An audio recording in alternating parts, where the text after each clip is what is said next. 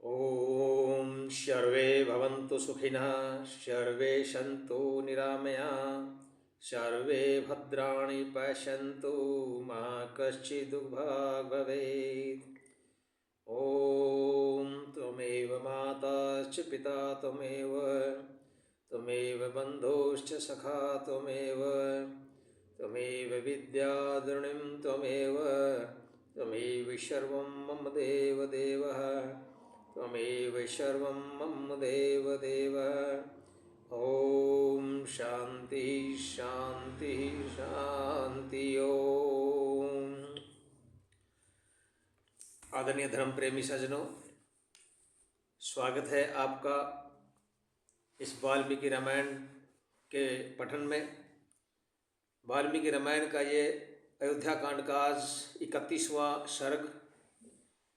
अभी तक हमने पढ़ा जो पिछले सर्ग में था 30वें में, जब कैकेयी नहीं मानती है, सुमंत्र भी भला बुरा कहते हैं कैकेयी को, और फिर सिद्धार्थ जो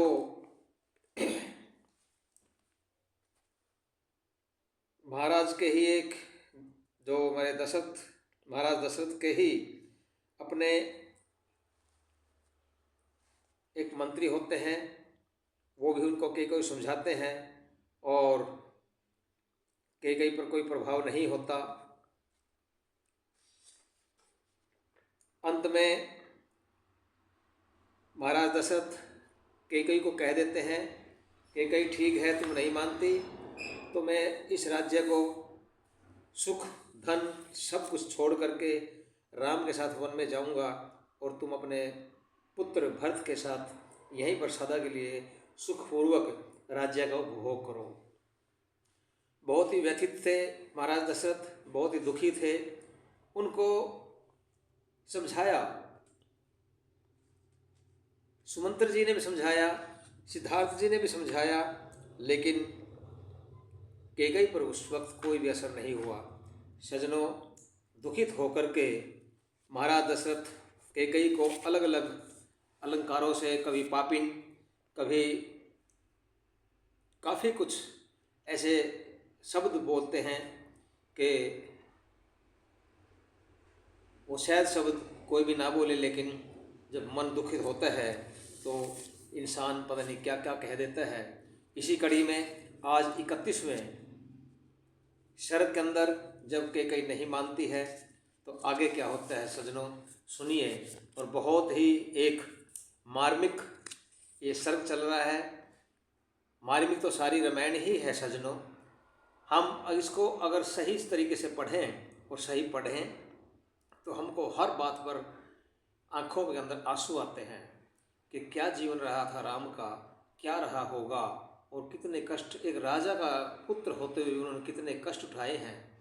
एक रानी ने एक महज थोड़े से उसके लिए दो भाइयों के अंदर कितना एक फैसला कर दिया था, लेकिन वो तो भाइयों के अपने शायद पिछले कर्मों के संस्कार थे जो उन्होंने अपने तरीके से अलग चले। तो आइए सुनते हैं इस रामायण के अंदर, इस सर्ग के अंदर 31वां सर्ग आज ये आपके सामने शुरू हो रहा है। और इसमें क्या होता है, वल्कल वस्त्र धारण किए जाते हैं। वल्कल मतलब जो सन्यासियों वाले वस्त्र हैं वो उनको दे दिए जाते हैं। कैसे दिए जाते हैं सज्जनों, ये भी सुनना, इसमें आप पूरी वीडियो सुनने की कोशिश करना कि इसमें कैसे वल्कल वस्त्र कैसे दिए जाते हैं और किस नियत से दिए जाते हैं और कौन देता है, ये सारा सुनिए इस सर्ग के अंदर।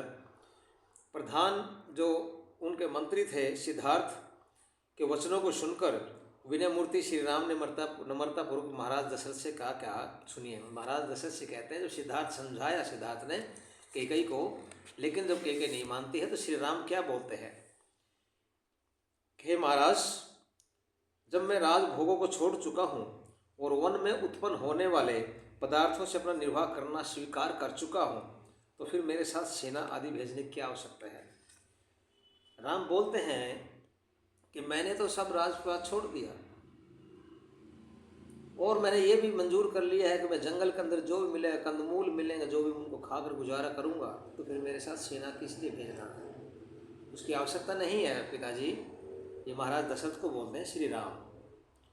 जो मनुष्य हाथी दान करके देखिए सुनिए कि ध्यान देने वाली बात है। जो मनुष्य हाथी दान करके हाथी बांधने की रस्सी न देना चाहे तो उस उत्तम हाथी देने वाले को रस्सी की ममता से क्या लाभ है। ओहो, कितना बड़ा एक उदाहरण दिया है कि हाथी तो दे दिया,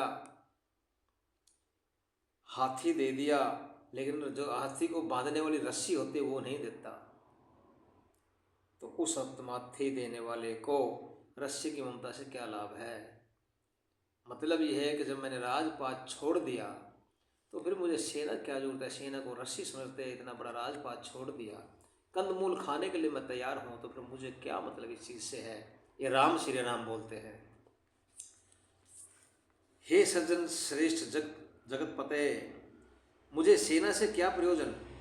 यह सेना आदि सब कुछ मैं भरत के लिए देता हूँ, मेरे लिए तो वलकल वस्त्र मंगवा दीजिए। वो राम खुद मांगते हैं। देखिए कि पिताजी, हे महाराज दशरथ,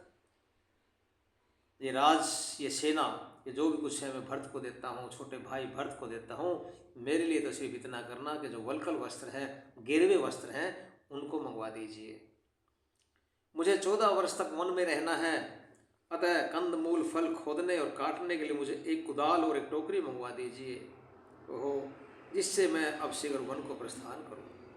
ये महाराज दशरथ से ही मांगते हैं। वो क्या बोलते हैं कि महाराज मेरे लिए वलकल वस्त्र मंगवा दो और एक कुदाल खोदने के लिए कंदमूल जो मैं वहाँ पर खाने हैं, एक कंदमूल, और कंदमूल को रखने के लिए एक टोकरी मंगवा दो, और जिससे मैं जल्दी ही वन के लिए प्रस्थान कर सकूँ, जल्दी मंगवा दो।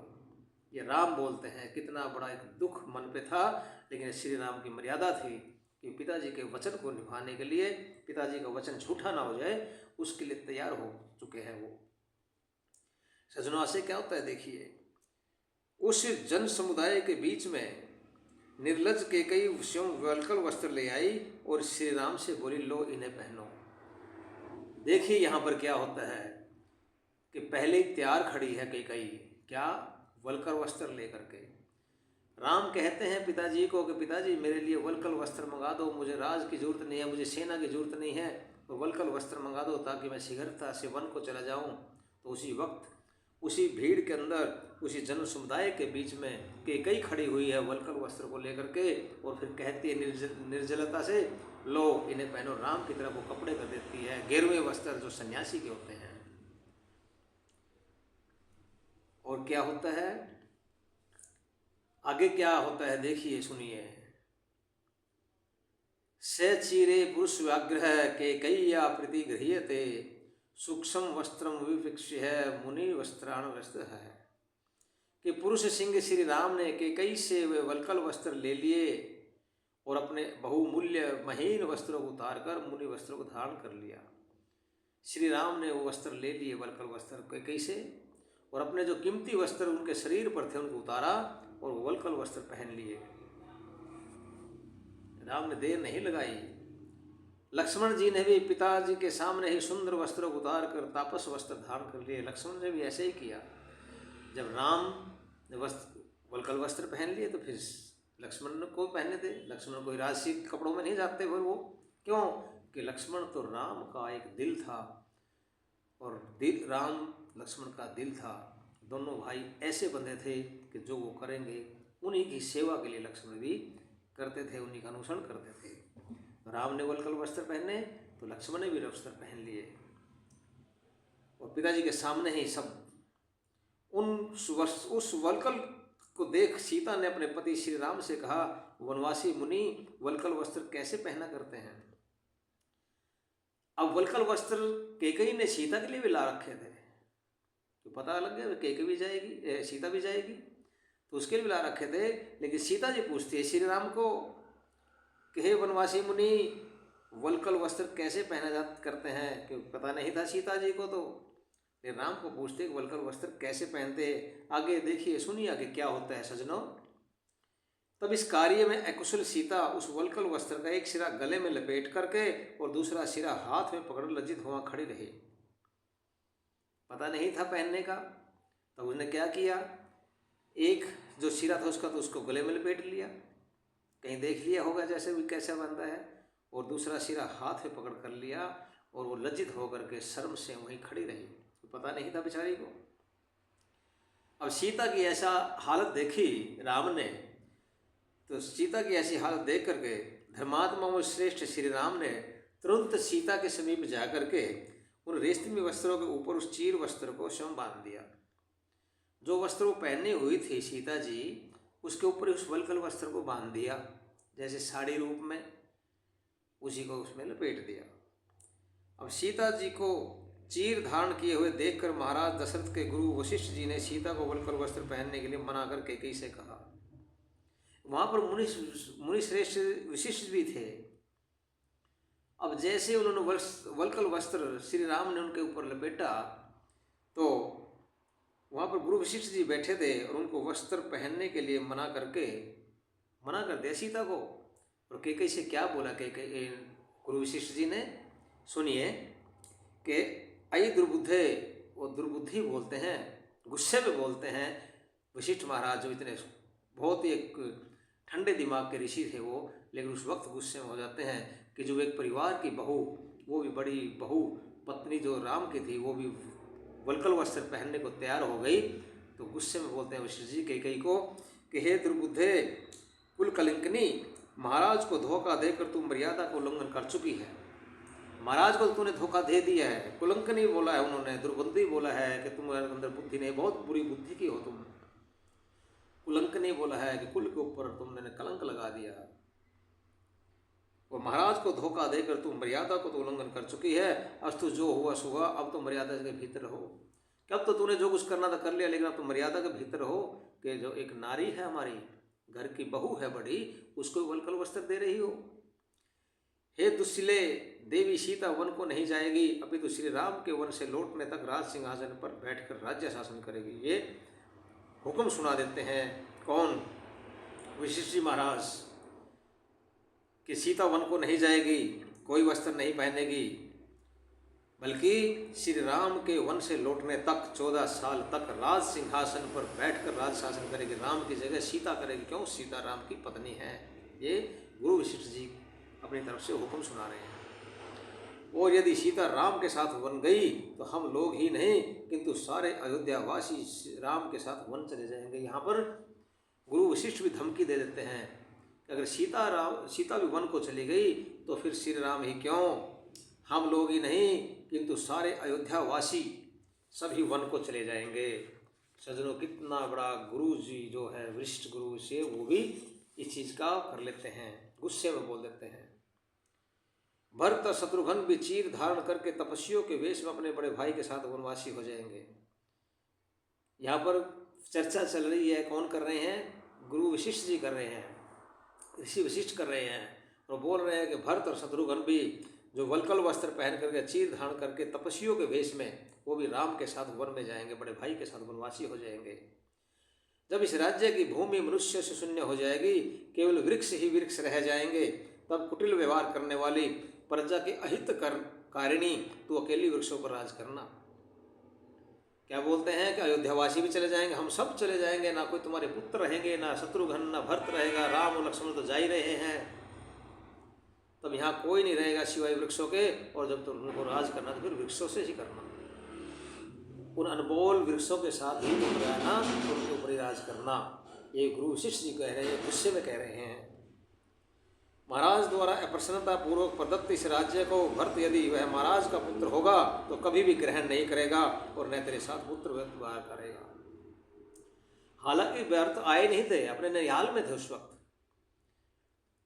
ये भरत के पीछे कहानी बन रही है सारी। भरत ननिहाल में है, जहाँ की दोष कैकेयी ने लगाया था, मंथरा ने जो सिखाया था कि तुम्हारे बेटे भरत को तो वहाँ ननिहाल भेज करके राम को राज्य देना चाह रहे हैं महाराज दशरथ, इसलिए तुम वचन मांग लो। वही बात गुरु वशिष्ठ ने कही कि तुम्हारा जो पुत्र है वो तुम्हारा कभी भी राम का राज्य नहीं लेगा और तुमसे भी कभी ऐसे व्यवहार नहीं करेगा जैसे माता के साथ पुत्र करता है, वो तुमसे ढंग से बात नहीं करेगा। ये गुरु वशिष्ठ को विश्वास था। सज्जनों, आगे क्या बोलते हैं गुरु वशिष्ठ जी कि भले ही तुम पृथ्वी छोड़कर आकाश में चली जाओ अर्थात मर जाओ, तो भी अपने कुल के आचार को जानने वाला भरत कुलाचार के विरुद्ध आचरण कभी नहीं करेगा। कितना बड़ा विश्वास भरत के ऊपर था गुरु वशिष्ठ को। क्या बोलता है कि तुम चाहे बेशक आकाश में चले जाओ, मतलब मर जाओ बेशक, लेकिन जो भरत है, जो कुल का आचरण है, क्या कि बड़ा भाई घर के अंदर है वही राज का अधिकारी होगा। ये जो परंपरा इक्ष्वाकु वंश के अंदर, रघुकुल के अंदर चली आ रही है, उससे पीछे कभी भरत नहीं मुड़ेगा और भरत कुलाचार के विरुद्ध आचरण कभी नहीं करेगा। ये विश्वास था किसको? महाराज वशिष्ठ को, गुरु वशिष्ठ को ये विश्वास था भरत के ऊपर। और अब क्या बोलते हैं गुरु वशिष्ठ, क्या देखिए, तत्व्या पुत्र गंध्रिया पुत्रस्य कृतम प्रियम लोके ही न से विद्यते यो न राम मनुव्रतः, कि तुम भरत की भलाई सोच उसे राज्य दिला रही हो, परंतु तुम उसका अप्रिय ही कर रही हो, क्योंकि लोक में ऐसा कोई भी नहीं है जो श्री राम का अनुगामी ना हो। महाराज समझा भी रहे हैं, गुरु वशिष्ठ समझा भी रहे हैं कि तुम भरत की भलाई सोच करके उसको राज्य दिला रही हो कि इसमें भरत की भलाई है, लेकिन इसमें भलाई भरत की नहीं है, क्योंकि तुम उसका अप्रिय कर रही हो। राज नहीं दिला रही हो पर उसका अप्रिय कर रही हो, उसके लिए बुरा कर रही हो उसका। क्यों? क्योंकि लोक में, इस लोक के अंदर, किसी भी इसके अंदर, पूरे भारतवर्ष के अंदर ऐसा कोई नहीं है जो राम का अनुगामी ना हो, कि राम को चाहने वाले हैं, भरत को नहीं चाहेगा कोई भी, तुम उसका बुरा कर रही हो। और आगे क्या बोलते हैं महाराज गुरु वशिष्ठ जी, कि मनुष्यों की तो बात ही क्या, तुम देखोगी कि इस पशु, सर्प, मृग और पक्षी भी श्री राम के साथ वन जाएंगे, वृक्ष भी राम को जाते देख उनके साथ स्नेह में आसक्त हो उनकी ओर झुक जाएंगे। कि यहाँ पर इतना बोलते राम के लिए, राम के प्रति जो प्यार दर्शा रहे हैं गुरु वशिष्ठ जी पूरे संसार के अंदर। कह रहे मनुष्य तो छोड़ो, मनुष्य की बात तो बहुत दूर की है, पशु है, मृग है, सर्प आदि तक जो भी जानवर हैं, और कोई भी ऐसा वृक्ष भी राम को देख करके उनके स्नेह के में आसक्त होकर के उनकी तरफ झुक जाएंगे। जब राम जाएंगे तो जो वृक्ष हैं, बड़े बड़े वृक्ष भी हैं, छोटे वृक्ष हैं, तो वो राम की तरफ झुक जाएंगे। और तुम भरत को राज्य दिलाना चाह रही हो। आगे क्या बोलते हैं, हे देवी, चीर को हटाकर अपनी वधू को उत्तम वस्त्र और आभूषण दे दो, यह सीता चीर पहनने के योग्य नहीं है। और यह कहकर वशिष्ठ जी ने सीता का चीर हरण कराने के लिए मना कर दिया।